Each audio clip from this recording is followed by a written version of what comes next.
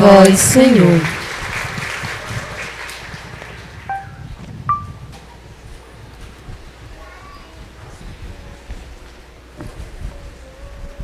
Caros irmãos, queridas irmãs, mais uma vez estamos diante da noite do Natal de Jesus de Nazaré, Jesus Cristo. Que sentimentos e atitudes podem nos mover mais uma vez nesta noite? Encontramos a narrativa do evangelista Lucas, muito parecida com a situação que nós vivemos hoje. Uma situação de inquietação, num vai e vem das pessoas que vão para suas cidades natais, onde nasceram, procurando hospedarias, lugares, e satisfazendo também a vontade dos grandes, que só se alegram com números. Os dois grandes aos quais o Evangelho faz referência, o imperador César Augusto e o governador da Síria, Quirino, querem saber quantas pessoas estão sob o seu domínio. A nossa vida muitas vezes não vai além dos números. Nós olhamos para as pessoas e reduzimos cada pessoa ao número dos seus anos, aos números das suas finanças, aos números dos seus recursos intelectuais ou financeiros, ao número das nossas necessidades, e nós não saímos daí. Tudo é reduzido a número. Hoje, principalmente. E neste mundo dos números, onde as pessoas estão fascinadas por números, e elas mesmas são reduzidas a números, e só conhecem o valor dos números, vem um Deus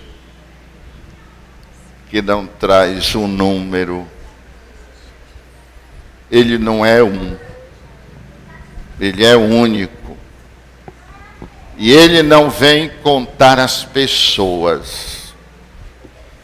Ele vem acolher os nossos rostos, que não se repetem. Todas as pessoas que nós conhecemos até hoje, e todas as pessoas que nós vamos conhecer até hoje, mesmo aquelas que são geneticamente iguais, que são os gêmeos univitelinos, que até serem 16 células eram apenas um ovo. Só de 16 em diante, quando iriam ser 32, passaram a 64 e viraram duas pessoas. Mesmo assim, os seus rostos não são iguais. Jesus vem para, na simplicidade de uma criança que não sabe contar, mas sabe reconhecer os rostos. Uma criança não conta, mas se for uma pessoa que não conhece, ela estranha. porque ela conhece o rosto. Jesus, ao se fazer criança, não nos tem como número, nos tem como uma pessoa que tem um rosto que não se confunde, que é único e não pode ser substituído. O trabalho pode ser substituído, o número pode ser substituído, mas cada um individualmente não tem substituição. É o encontro do único infinito com cada único finito, para viver aí uma experiência de amor. Jesus se faz pequeno para não assustar ninguém. Se faz pequeno para que nós não tenhamos medo das nossas fragilidades, para que tenhamos esperança que, apesar da nossa pequenez, nós somos únicos, irrepetíveis, e que temos uma missão que é só nossa. Podemos vivê-la na comunhão com os outros, mas a nossa missão é nossa. A nossa responsabilidade é nossa. Jesus também nos mostra a ternura de Deus. Nós temos gastado tempo nos perguntando qual tem sido a nossa ocupação com a ternura.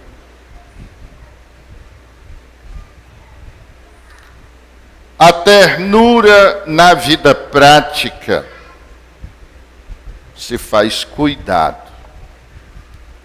Assim como o amor em movimento se faz esforço, a ternura em movimento se faz cuidado. Nós temos a alegria de cuidar dos outros.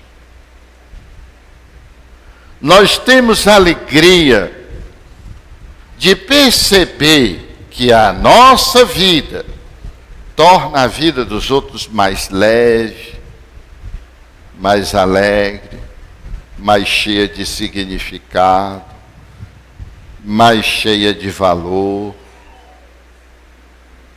Temos pensado nisso? Temos procurado ser assim? Muitas vezes a gente pensa que basta nascer e pronto para ser bom, para ser amoroso, para ser cuidadoso, para ser terno. Não precisa de esforço. É uma geração espontânea, mas não é. Não é.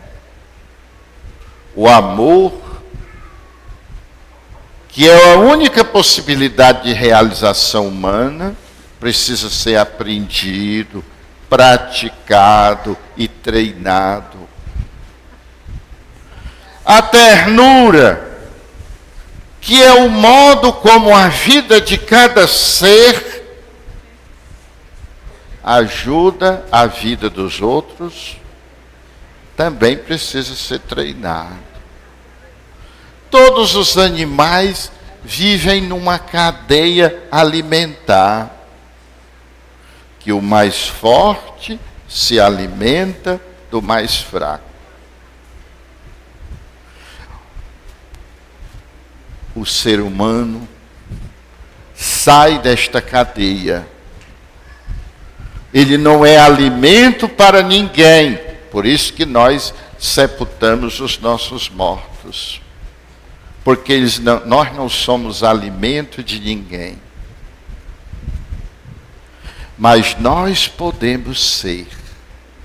E devemos ser.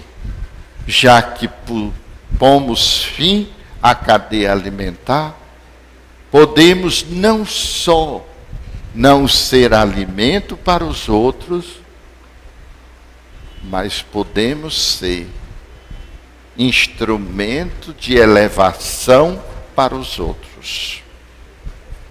E tornar-se instrumento de elevação é o que nós chamamos de ternura e de cuidado.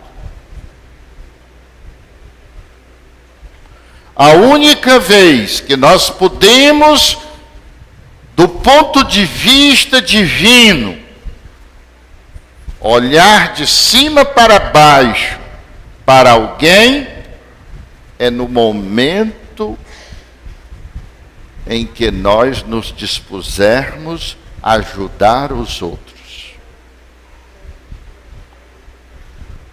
Alguém está necessitando e eu posso ajudar. Naquele instante, eu tenho o direito de olhar de cima para baixo e me abaixar para elevar o outro. Em todas as outras ocasiões que nós quisermos olhar para os outros de cima para baixo, se não for para ajudar, nós estamos fora do lugar. Já os chineses, que nem eram cristãos, diziam: para que serve um sábio? E eles respondiam: para ensinar ao ignorante. Para que serve o forte? Para proteger o fraco. A humanização passa por esta capacidade de se humanizar. E nós nos humanizamos na relação com os outros, observando como foi que aquele que nos criou agiu para nós. Eu acho muito interessante quando no diálogo do anjo Gabriel com Maria Santíssima, e ela diz: eu não sei como engravidar, pois não conheço homem algum. E o anjo diz: o Espírito do Senhor te cobrirá com a sua sombra. Nós entendemos muito bem isso. Nós vivemos numa região seca, onde o sol é causticante, onde o calor é quase insuportável. E quando de longe, dentro da caatinga, da mata sem folha e cinzenta, nós encontramos um juazeiro, uma oiticeca, uma árvore frondosa que dá sombra. A gente sente ali um aconchego, uma vida, um certo bem-estar. A gente sente ali como que um abraço da própria natureza nos protegendo. E não só nós, todos os animais procuram aquele lugar. Nós conseguimos ser sombra para alguém? Existe um ditado: fulano é como mandacaru, nem dá encosto nem sombra. Será que nós somos assim? Sem encosto e sem sombra? Se alguém se encostar em nós, nós deixamos cair. Se alguém precisar do nosso apoio está com a cabeça no sol? Se assim formos, nós falaremos sobre Natal, mas não é o de Jesus. Também tem Natal no Rio Grande do Norte. Tem gente que tem o nome de Natal.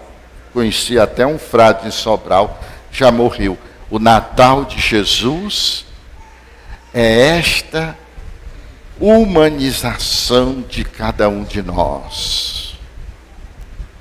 É esta ternura em movimento que se chama cuidado, apoio, proteção e que a nossa vida torne a vida dos outros um pouco mais leve.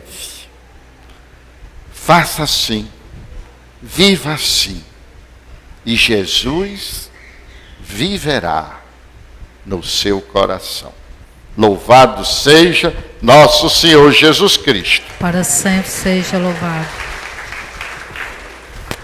Creio em Deus Pai, Todo-Poderoso, Criador do céu e da terra.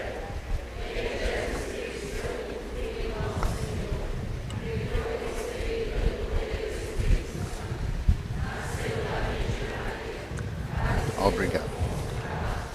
Foi crucificado, morto e sepultado. Desceu à mansão dos mortos. Ressuscitou ao terceiro dia. Subiu aos céus. Está sentado à direita de Deus Pai Todo-Poderoso, de onde há de julgar os vivos e os mortos. Creio no Espírito Santo, de Igreja Católica, a comunhão dos santos, na remissão dos pecados, na ressurreição da carne, na vida eterna. Amém. Saindo do mundo dos números, entremos no mundo das relações e dos rostos. Contemplemos o rosto de Jesus e deixemos transparecer nos nossos rostos a imagem de Cristo.